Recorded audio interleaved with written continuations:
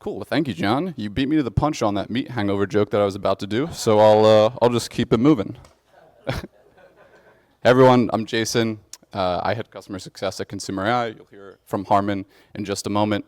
I spend most of my time helping brands make smarter decisions based on often unexpected consumer behavior, and one way that I do that is through the concept of an AI twin. So you can see our AI twins here on the screen. We'll get to a little bit later how you guys can create your own AI twins, but first, I've been tasked with warming everyone's brains up this morning with a creative example. So, we've got the King of England and the Prince of Darkness on our screen here. You might be surprised by looking at this and understanding how much a crowned royal and a heavy metal rocker actually have in common. But as planners and buyers, a lot of these basic demographic similarities is the common currency that we have to transact on. Now, if you look at them from what they're actually interested in through this concept of an interest and an intent layer, you can see how they're actually unique. And if you understand how they're unique as marketers, you can understand how to engage them. So now that we've gone through an example, I want to show you guys how this actually works in practice with some real data that we've observed through our platform. So I'm going to give you a product or a service, and I'm going to take some guesses on what a top interest is that we have observed within a group of purchasers of this product. So does anyone have a guess for dog collars? Dog food? Okay. I'll take one more. Dog toys? Country music? All right, paddle boarding. So nothing to do with dogs. As you can see, a little bit non-intuitive. But very relevant actually for Austin. All right, next one, glucose monitors. These are continuous glucose monitors for patients with type 1 diabetes. Fitness, okay. It's actually a really good one. Any more?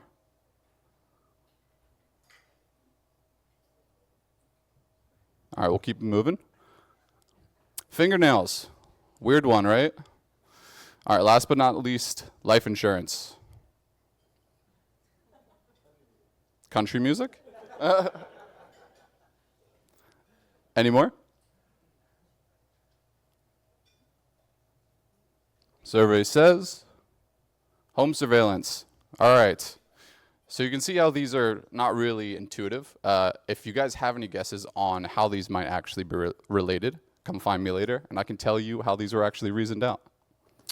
All right, I'm going to hand it over to Harmen to keep us going. Thank you, Jason. We're going to get to country music soon, just not yet.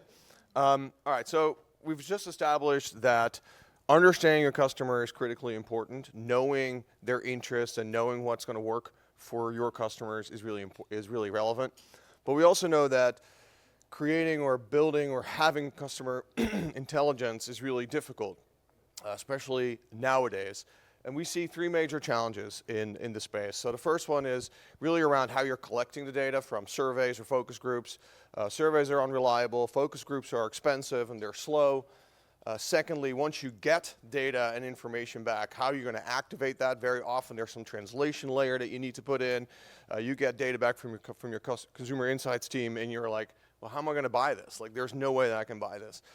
So having a seamless interaction between research and how you buy data and how you plan for it is really important. And then, of course, last but not least, is this idea around privacy versus personalization. How do you sort of collect information, do it in a privacy-safe way, making sure it's not creepy, and helping you, when your campaign actually goes live, to keep track of what's happening. Now, fortunately, for all these challenges, we have a solution, and we build a company. And the company is called Consumr.ai. Here we are, thank you. We have a couple of customers already, or at least a sample customers. We're helping brands and agencies, as you can see, so that's why we're here, excel in simplifying consumer intelligence and activate against that. Now, the secret in how we're doing that is really where we shine. And the reason why we sort of think that is, we're collecting data in a what we call responsible and more modern way. So instead of relying on surveys and focus groups, we're actually relying on information that we get from behavioral, observed, deterministic information across social platforms. where we built marketing APIs to actually allow us to understand what people do when they're online. And then secondly, when we're getting that information, we're connecting it directly back into these marketing APIs so you can activate seamlessly. So what you learn, you can activate without any complex translation layers. So all the insights become really, really easy to implement. And we do this across all the various different social platforms. We do this across search, and we do this across all the platforms where people discuss things online. So keep those in mind. And then once you actually go and market with your campaigns, you obviously want to understand how it works in a privacy-safe way so you can optimize, it's transparent, and it's easy to understand. So these are the things that we do new, and these are the things that we believe are very innovative in the marketplace these days, because we're not relying on what people tell you in a survey or in a focus group. We're actually giving you the information based on what they do, what their intent is, and what their behavior looks like online. Now, keep that in mind. As we are creating a product that you can buy, you have reports, you have analytics, you can log in. But one of our most exciting innovations is in what we call the Consumr.ai twin, or the AI twin.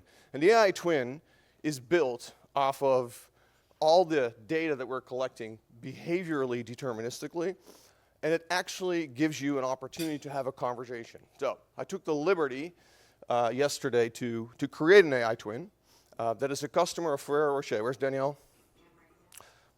And Ava Wang is a representation of a customer for Ferrero Rocher. We can see where she lives, what her job is, what her interests are, and what her income roughly is, and what she sort of likes. So this is a Ferrero Rocher enthusiast. We can build prospects for your products, we can build churned customers for your product, but it all allows you to have a true conversation and ask questions as if you're in the room with a focus group while you're doing your executive meetings. So let's give an example of what this looks like. So when we, and I did this live yesterday, so hopefully it works. There you go. Click, boom. So there's some pre-programmed questions in here. I asked Ava, what are your favorite memories? She had a Valentine's Day memory. She had a holiday memory where she had to look for a gift at Sam's Club. Of course, we want to sort of help Danielle understand how it relates to some of these massive events. How can you create media events that are culturally relevant? What is important for Ava? We're talking about the Oscars, the Grammys, the Super Bowl, believe it or not. And it becomes really easy to share this internally as well if you want to. So it makes you super smart, makes you immediately the smartest person in the room. Last but not least, you can ask many, many questions, whatever you like. But we also want to relate to Ava from a messaging perspective. Where can we meet Ava more easily? What are her hobbies? And here we go. So we know that she likes Formula One, believe it or not. Maybe that's helpful for Danielle. She likes some other things as well, including tech gadgets. So now that we know all this, the question then, of course, is, well, what else can we do with this? And that's where Jason, who's my superstar when it comes to how clients work with us, is going to provide some content around what use cases we have, but more importantly, what impact it actually has on your business when you're using these insights. And then at the end, we'll wrap it up. Cool. Let's keep it grooving. All right. So you might be asking yourself, what do I actually do with this wealth of information? So I'll give you some brief real examples from a strategy perspective and then talk about how this actually works in KPIs. So these are all real examples. I'm not going to talk through the clients' names, but from a healthcare brand, we've actually helped them with a ton of competitor research in terms of how their hospital system ranks against others and what consumer perceptions are around them. We've also helped them recently drive creative strategy for a back-to-school campaign with copy that helps engage parents that are trying to get their kids ready for the season with back-to-school checkups and immunizations. Influencer selection. So this was a fun one. We worked with a gaming electronics brand that wanted to move outside the gaming category and become more of a lifestyle brand for the first time. So we're to find the correct overlap of influencers for them to select that fit not just gaming content, but things like finance influencers, and even cooking influencers. Sponsorships evaluation. We actually helped vet an opportunity for sponsorship of an F1 race right down the road here at the Circuit of the Americas in Austin. A conglomerate of ski resorts in Canada. We helped them enter the US market for the first time, but defining which specific cities that they should try to go to market within.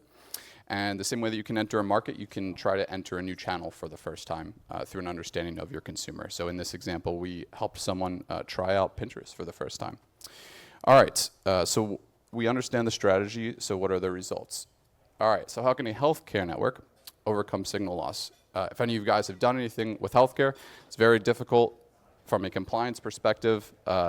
When I talk about signal loss in the context of healthcare, it's more like lack of pixeling or lack of being able to use any sort of disease case or patient information. So you're flying blind a lot in terms of understanding who your consumers are. We were able to help this healthcare brand understand their consumers through interest categories as well as individual interests that helped define not only their media targeting, but strategic things like where they should place out of home and where they should enter social conversations. We did this across a few platforms, and we had some wonderful media results that came out of it.